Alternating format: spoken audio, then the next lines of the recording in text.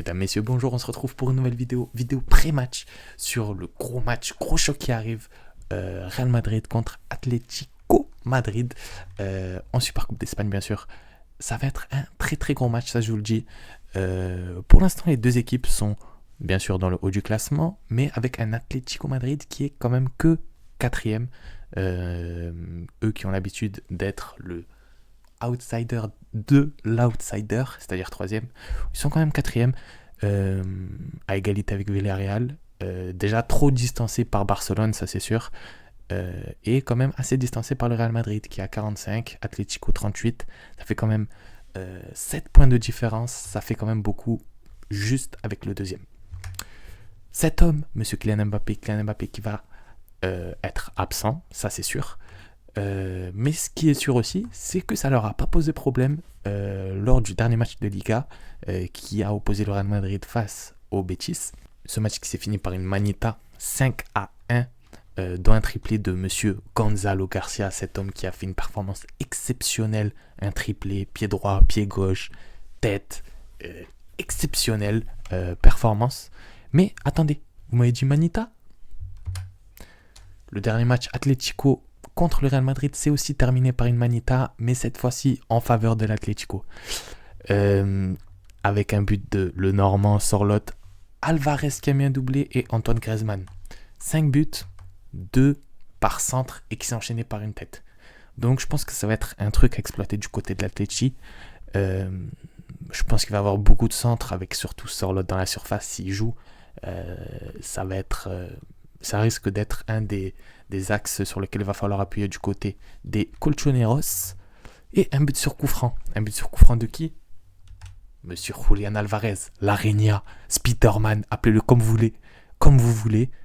Mais ce que je sais, c'est que cet homme va être un dénominateur. Enfin, je sais pas, je sors des expressions de ouf. Mais ce que je sais, c'est que cet homme va être très important du côté de l'Atleti. 16 goals assists du côté de Julián Alvarez. Ce qui est ok, ce qui est franchement pas mal. Mais de ce que j'ai entendu, il est critiqué ces derniers temps. On va voir, les gros joueurs répondent dans les gros matchs, on va voir ce qui va se passer. Pour le Real Madrid, match de la confirmation. Oui, certes. Mais pour cet homme, je pense que ça va être possiblement le match de l'éclosion. Je m'explique. En l'absence de Kylian Mbappé, ça va être lui le leader offensif. Et ça va être lui sur qui il va falloir compter. Même si on sait, il n'a pas eu en ce début de saison la confiance du coach, il y a eu des problèmes. C'est compliqué pour Vinicius. Vinicius qui est avec 12 goals assists cette saison. Vous me dites, un petit joueur d'un petit club de Liga sur une saison à 12 goals assists, c'est une saison de ouf. Mais pour Vinicius qui joue au Real Madrid, pour moi c'est pas assez. Et pour tout le monde c'est pas assez, même j'ai envie de te dire.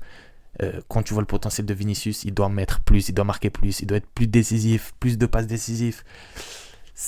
Il n'est pas en forme, on le sait, et ça se voit sur le terrain et même en dehors. En dehors, regardez, je ne sais pas si vous êtes resté jusqu'à la fin du match, lors du dernier match, mais au coup de sifflet final, il rentre dans les vestiaires. On voit qu'il n'est pas dedans, ça fait plusieurs mois, il rouspète. Même si on sait, Vinicius c'est un râleur, c'est un mec c'est un mec qui râle, c'est tout, il n'y a rien d'autre à dire. Mais il n'était pas comme ça, le petit Vinicius. D'habitude, c'est pas comme ça. Vinicius qui risque d'être aligné, sans doute, même, il n'y a aucun doute dans cette composition. Composition avec Garcia devant, je pense, quand même. Avec la performance qu'il nous a sorti au dernier match. Pour moi, il mérite totalement sa place de titulaire. Rodrigo, Bellingham, Tchouaméni, Camavinga, Carreras, qui était en difficulté lors du match aller en Liga contre l'Atlético. On va voir sur ce match. Rudiger, Asensio, Valverde et Courtois au cage. Donc oui, Vinicius, possiblement le match de l'éclosion, le match où il doit être en leader offensif. Mais le vrai leader offensif du Real Madrid ces derniers temps, c'est cet homme. Monsieur Rodrigo. Oui, Rodrigo, il est en forme de ouf. Il a du feu dans les jambes, il a des fusées dans les pieds, il a tout ce que vous voulez. Même s'il était mis sur le côté par Xavi Alonso en ce début de saison. Rodrigo, c'est Rodrigo. C'est exceptionnel, je trouve, sa forme de ces derniers temps. Vinicius, Bellingham, Gonzalo Garcia, une attaque de feu. Ça, on le sait. Mais est-ce que c'est suffisant face à un Athletic qui, eux aussi, ont des individualités et eux aussi vont vouloir venir avec le couteau entre les dents, j'ai envie de vous dire.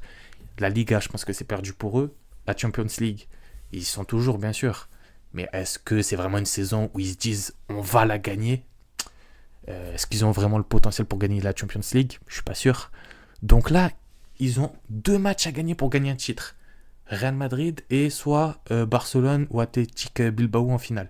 Donc ils sont à 2 matchs d'un titre. Est-ce qu'ils vont pas arriver vraiment en mode couteau entre les dents et vouloir voler, arracher le goûter du Real Madrid sur ce match? Moi, je pense que oui. Donc, il faut faire attention. À quoi je m'attends sur ce match? J'ai re-regardé le match aller face au Real Madrid de l'Atleti.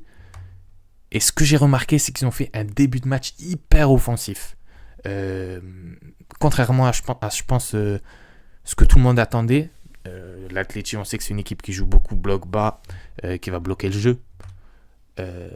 Ils ont totalement joué inversement. Je pense qu'il va falloir s'attendre à ça sur ce match.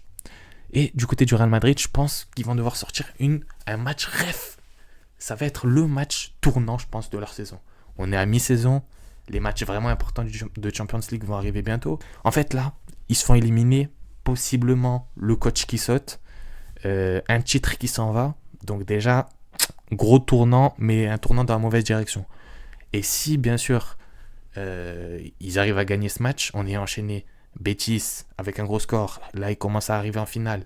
On est en éliminant l'Atleti.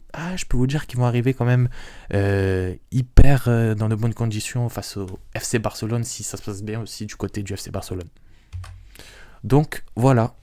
C'est un match avec des grosses individualités. Un match à enjeu des deux côtés. Un titre au bout. Et j'ai envie de vous dire, les deux équipes sont à 2 matchs d'avoir un titre. Donc, ça va être un match, je pense, avec beaucoup d'étincelles.